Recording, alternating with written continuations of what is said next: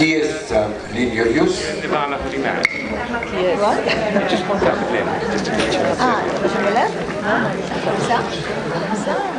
Voilà. Alors Lynn Julius, qui habite Londres, épouse de Laurence Julius, qui est aussi présent au Congrès, est une fille de réfugiés juifs irakiens. Lynn Julius a fondé Harif, l'association britannique des Juifs d'Afrique du Nord et du Moyen-Orient, journaliste et blogueuse. Elle vient de publier Uprooted. Uprooted veut dire déraciné, sur la disparition des 3000 ans de civilisation juive dans les pays arabes. Il n'y a pas même un minyan dans les pays arabes. לין יוליוס היא מייסדת של הריף, הארגון הבריטי ליהודים מצפון אפריקה והמזרח התיכון. עיתונאית ובלוגיסטית, והיא פרסמה זה עתה את ספרה Uprooted, עקורים, על היעלמותן של 3,000 שנות תרבות יהודית בארצות ערב. תודה לין. Je me sens très proche des Égyptiens, surtout parce que ma meilleure amie qui est malheureusement décédée était une juive d'Égypte. Et aussi nous avons des liens très étroits avec Levana parce qu'on travaille beaucoup ensemble. J'ai ma cousine par mariage, Lilith Nagar, qui était... Donc je me sens vraiment moitié égyptienne, disons. Je suis très impliquée, disons, dans le combat des Juifs des pays arabes, bien que je sois née en Angleterre. Et donc, comme vous le savez, je gère une association qui s'appelle Harif, et depuis 13 ans, je suis aussi responsable d'un blog qui s'appelle Point of No Return. Et je mets à jour ce blog chaque jour avec un article intéressant ou quelque chose qui comprend un aspect des Juifs des pays arabes. Et donc, ce livre que j'ai écrit, Uprooted, déraciné, il est vraiment le résultat de mon blog. J'ai pensé après 10 ans qu'il était temps que j'écrive un livre qui réunit peut-être des thèmes que j'ai pu constater. Et donc voilà le résultat. Malheureusement qu'en anglais jusqu'ici, mais on m'a proposé un traducteur français ce matin même. Donc si vous vous intéressez et si vous lisez l'anglais, sur Amazon. Donc ce livre, il y a une image d'une actrice égyptienne là. Est-ce que vous la reconnaissez? Camélia. Donc son vrai nom c'était Liliane Levy Cohen. Je pense pas qu'elle soit juive. Elle n'est pas juive, Levy Cohen. Et le sous-titre c'est How 3,000 years of Jewish civilization in the Arab world vanished overnight. C'est-à-dire comment 3000 ans de civilisation juive dans les pays arabes a disparu du jour au lendemain.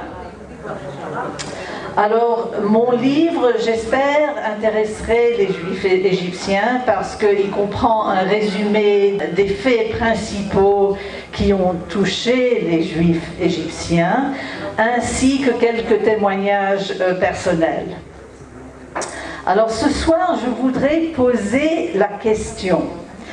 L'expulsion des Juifs par Nasser a-t-elle été antisémite ou anticolonialiste?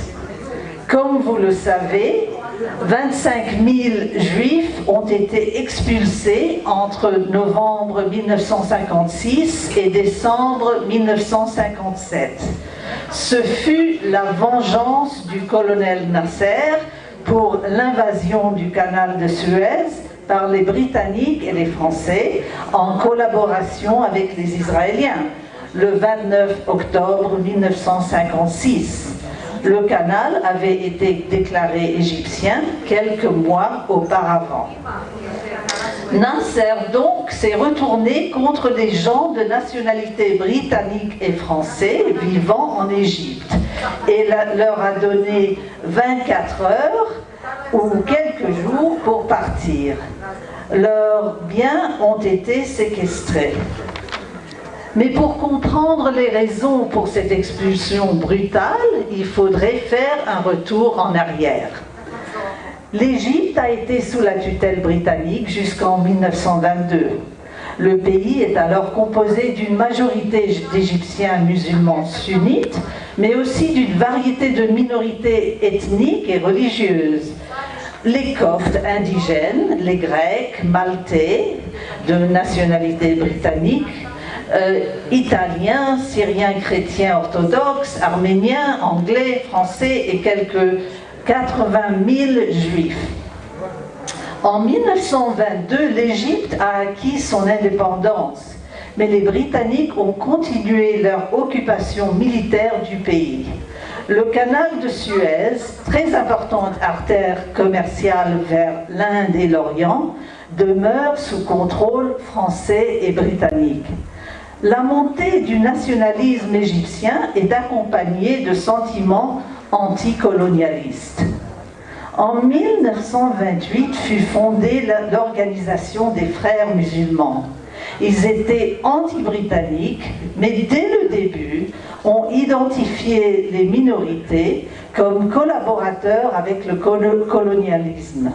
Ils étaient aussi profondément antisémites et racistes, s'en prenant aux Juifs comme agents de la laïcité, du moderne et même des droits de la femme. Les frères musulmans ont été partie prenante dans le combat pour la Palestine. Les frères s'étaient alliés avec le Mufti de Jérusalem contre l'établissement d'un foyer juif.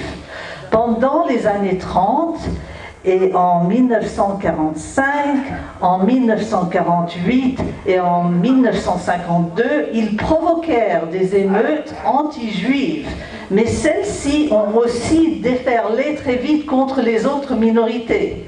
On pourrait les définir comme xénophobiques. Revenons aux événements de 1956. Invoquant des lois d'urgence, au début de novembre, Nasser se mit à expulser des personnes de nationalité française et britannique. Ceux-ci comprenaient bien entendu des juifs de nationalité française et britannique. Mais à la fin de novembre, ces expulsions ont été étendues à des juifs apatrides, ainsi que des juifs de nationalité égyptienne, bien que tous ceux n'étaient pas des Israéliens. Le 23 novembre 1956, le ministre des Affaires religieuses a proclamé que tout juif était sioniste et ennemi de l'État. S'en prendre à ces juifs-là, particulièrement ceux de nationalité égyptienne, qui auraient dû mériter la protection de l'État égyptien, était une punition collective de la communauté juive. C'était aussi une violation des obligations constitutionnelles de l'État égyptien de devoir protéger ces minorités. C'était clairement une mesure antisémite. En juillet 1957, l'ambassade des États-Unis au Caire a rapporté que les Grecs, les Arméniens, les Italiens et autres groupes chrétiens ont été touchés aussi. Et la grande majorité d'entre eux quittèrent le pays dans les années suivantes. Cependant, la création d'Israël et les guerres arabo-israéliennes ont aggravé le statut des Juifs au-delà de la situation des autres minorités. Selon Gudrun Kremer, que les Juifs soient expulsés, sauf quelques centaines et non les autres minorités, et que les Grecs et les Italiens ne le furent pas, était le résultat de la guerre avec Israël. Bien entendu, la Grèce et l'Italie n'étaient pas en guerre avec l'Égypte. Beaucoup d'employés juifs furent envoyés, y compris des juifs de nationalité grecque et italienne, dans des entreprises juives et non juives. Nous avons les preuves que même les juifs de nationalité grecque, comme Jacques Sardas, ont été renvoyés du pays avec le laissez-passer tamponné avec les mots « sans retour ». Et c'est bien le titre de son livre, peut-être vous connaissez. Plusieurs organisations juives occidentales ont revendiqué que l'Égypte avait pris des mesures antisémites, l'internement, la dénaturalisation, la dépossession et finalement l'expulsion qui rappelait l'Allemagne nazie. Il est possible que l'arrivée de centaines d'ex-nazis dans le pays n'ont fait que contribuer à une ambiance anti-juive empoisonnée.